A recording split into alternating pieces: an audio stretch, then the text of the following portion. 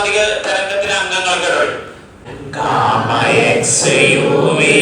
ദൃശ്യപ്രകാശം IR micro radio. അങ്ങോട്ട് പോകുമ്പോ അങ്ങോട്ട് പോകുമ്പോ ഊർജം.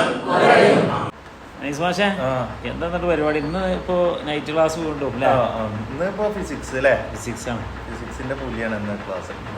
എന്നല്ല മലപ്പുറം. ഇന്ന് നമ്മൾ ചർച്ച ചെയ്ത പോയിന്റ്സുകള് ഞാനിങ്ങനെ ചോദിക്കുന്നുണ്ട്. നിങ്ങൾക്ക് അറിയാവുന്ന കുട്ടികള് ഉത്തരം പറയാം.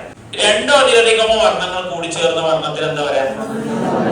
സമന്വത പ്രകാശം അതിന്റെ ഘടകവർണ്ണങ്ങളായി വേർപിരിയുന്നതിന് എന്താ പറയാ? ഏറ്റവും തരംഗദൈർഘ്യം കൂടിയ വർണ്ണം ഏതാണ്? ഏറ്റവും തരംഗദൈർഘ്യം കുറവുള്ളത് ഏതാണ്?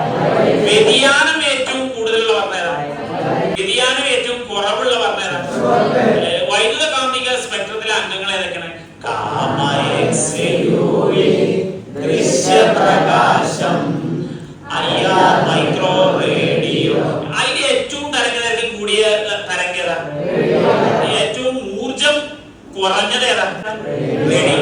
വൈദ്യുത കാന്തിക സ്പെക്ട്രത്തിലെ താപവികിരണം ഏതാണ്? വൈദ്യുത കാന്തിക സ്പെക്ട്രത്തിലെ വൈറ്റമിൻ ഡി ഉത്പാദിപ്പിക്കുന്നത് ഏതാണ്? വൈദ്യുത കാന്തിക സ്പെക്ട്രത്തിലെ കാണാൻ കഴിയുന്ന വികിരണം ഏതാണ്? ഇനി പ്രാഥമിക വർണ്ണങ്ങൾ ആരൊക്കെ? പച്ച, നീല, ചുവപ്പ്. മഞ്ഞ കിട്ടാൻ വേണ്ടി ഏതൊക്കെ വർണ്ണങ്ങൾ കൂടി ചേർക്കണം? പച്ച. മജന്ത കൂടി കിട്ടാൻ വേണ്ടിയോ? സയൻ കിട്ടാൻ വേണ്ടിയോ? നീല.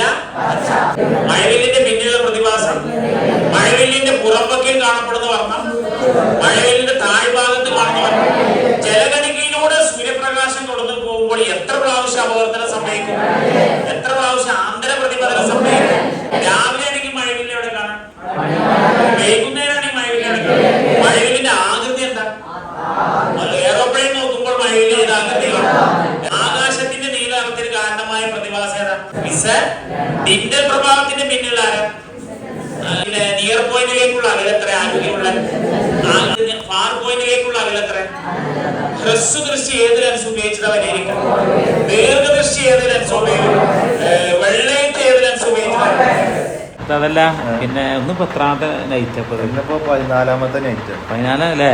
14 ദിവസമായി. 14 ദിവസം ഇപ്പൊ രാത്രി ക്ലാസ്സുകൾ നടക്കൂട്ടല്ലേ? ഒരു ദിവസം 2 വിഷയമാണ്. 2 വിഷയമാണ് നമ്മൾ എഴുതാറ്റി.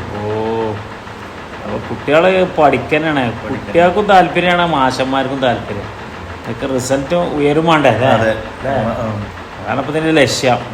രാത്രി പകലൊക്കെ കുട്ടികൾക്കും വേണ്ടി മാഷന്മാര് അധ്വാനിച്ച് പോലെ ഉഷാറാക്കാനാണ് പരിപാടി. ഓരും കൂടി നമ്മളൊപ്പം നിന്ന് കഴിഞ്ഞാൽ നല്ല റിസൾട്ട് പൊളിക്കൂലേ റിസൾട്ടൊക്കെ? ആയിക്കോട്ടെ, കാണാം.